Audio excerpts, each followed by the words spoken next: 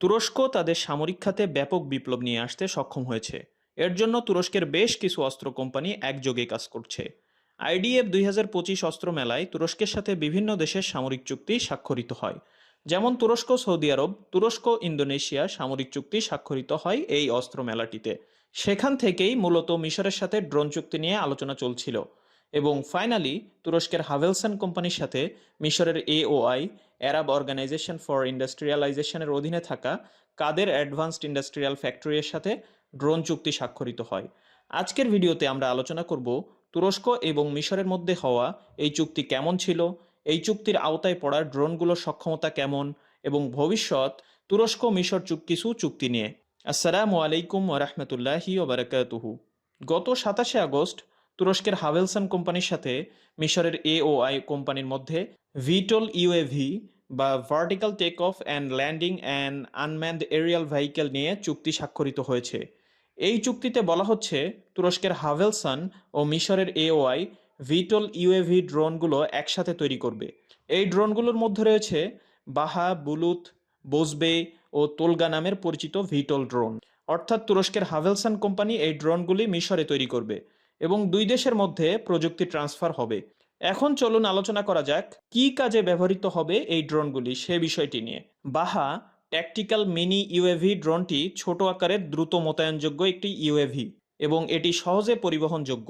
এটি মূলত সীমান্ত এলাকা, সংঘর্ষ অঞ্চল, ছোট ট্যাকটিক্যাল ইউনিট পর্যবেক্ষণের জন্য তৈরি একটি ড্রোন।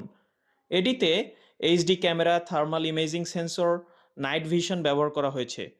এটি 2 থেকে 3 ঘন্টা টানা আকাশে উঠতে সক্ষম এবং হাভেলসান এই বাহা ড্রোনটি মিশরের কাদের অ্যাডভান্সড ইন্ডাস্ট্রিয়াল ফ্যাক্টরিতে তৈরি করবে। তারপরে যে ড্রোনটি আছে সেটি হচ্ছে বুলুত। বুলুত ড্রোনটি এটি মাঝারি আকারের একটি UAV, electronic warfare and communication relay. বাহা ড্রোনটি থেকে আকারে বড় কিন্তু বোজবেই ড্রোনটি থেকে আকারে ছোট একটি ড্রোন। এটি ইলেকট্রনিক ওয়ারফেয়ারে সক্ষম একটি ড্রোন, অর্থাৎ এটি শত্রুর যোগাযোগ ব্যাহত করা, সিগন্যাল কাটিং করতে সক্ষম একটি ড্রোন। এটি শত্রু জিপিএস সিগন্যাল জ্যামিং, সামরিক যান বা মিসাইলের নেভিগেশন ব্যবহার করা, শত্রুর ড্রোনের কন্ট্রোলিং লিঙ্ক কেটে দিতে এবং শত্রুর ইউএভি হাইজ্যাক বা অকার্যকর করতেও সক্ষম এমন একটি ড্রোন। এটিকে দীর্ঘপাল্লার নজরদারিতে ব্যবহার করা সম্ভব এবং এটি একযোগে 6 থেকে 8 ঘন্টা পর্যন্ত আকাশে উঠতে সক্ষম। তারপরে যে ড্রোনটি রয়েছে সেটি হচ্ছে বোজবেই ড্রোন। উন্নত ট্যাকটিক্যাল ইউএভি এটি। এটি আকারে বড়, দীর্ঘপাল্লার, বেশি সময় আকাশে থাকার সক্ষমতা সম্পন্ন একটি ইউএভি। এটি 12 ঘন্টার বেশি সময়ে টানা আকাশে উঠতে সক্ষম এবং হালকা রকেট গাইডেড বোমা ব্যবহার করতে সক্ষম। এতে এসএআর, সিনথেটিক অ্যাপারচার রাডার, ইও বা আইআর সেন্সর, এআই ভিত্তিক শত্রুর টার্গেট ট্র্যাক ও লক সিস্টেম সংযুক্ত করা হয়েছে। এটিও সীমান্ত নিরাপত্তা প্রদানে সক্ষম একটি ড্রোন।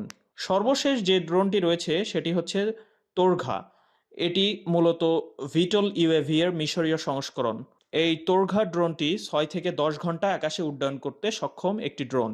এটি নৌবাহিনীর টহল ও নজরদারির জন্য ব্যবহৃত হবে এমন একটি ড্রোন।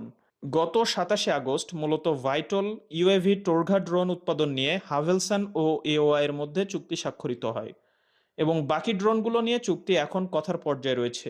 এর আগে গত 27 মার্চ হাভেলসান ও এওআই এর মধ্যে ইউজিভি আনম্যানড গ্রাউন্ড ভেহিকেল নিয়ে একটি প্রযুক্তি হস্তান্তরের চুক্তি স্বাক্ষরিত হয়। ওই চুক্তি অনুযায়ী হাভেলসান এওআই এর সহায়তায় মিশরে এ ধরনের ভেহিকেল তৈরি করবে। হাভেলসান ইতিমধ্যে হাভেলসান বারকান নামে একটি ইউজিভি তৈরি করেছে। এটি একটি মাল্টি রোল সিস্টেম। এটি surveillance, logistic support, electronic warfare এবং অস্ত্র বহনে সক্ষম একটি ইউজিভি। এটির ওজন 500 থেকে 600 কেজি এবং 200 কেজি প্লাস পেলোড বহনে সক্ষম একটি ইউজিভি। আমরা আরও জানি যে মিশর 2024 সালের সেপ্টেম্বরে তুরস্কের কান ফাইটার জেট প্রজেক্টের সাথে যুক্ত হওয়ার আগ্রহ প্রকাশ করে।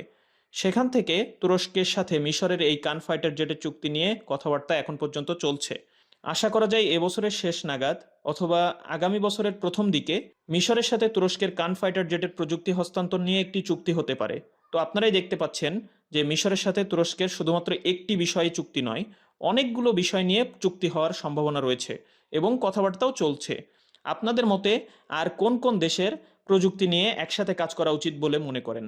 জানাতে পারেন আপনাদের মতামত আমাদের কমেন্টে। আজকে এখানেই বিদায় নিচ্ছি। আরও এই ধরনের ভিডিও পেতে আমাদের সাথেই থাকুন। ডিফেন্স ডাইনামিক্স সত্য প্রচারে কুণ্ঠিত বোধ করে না। ভালো থাকুন, সুস্থ থাকুন।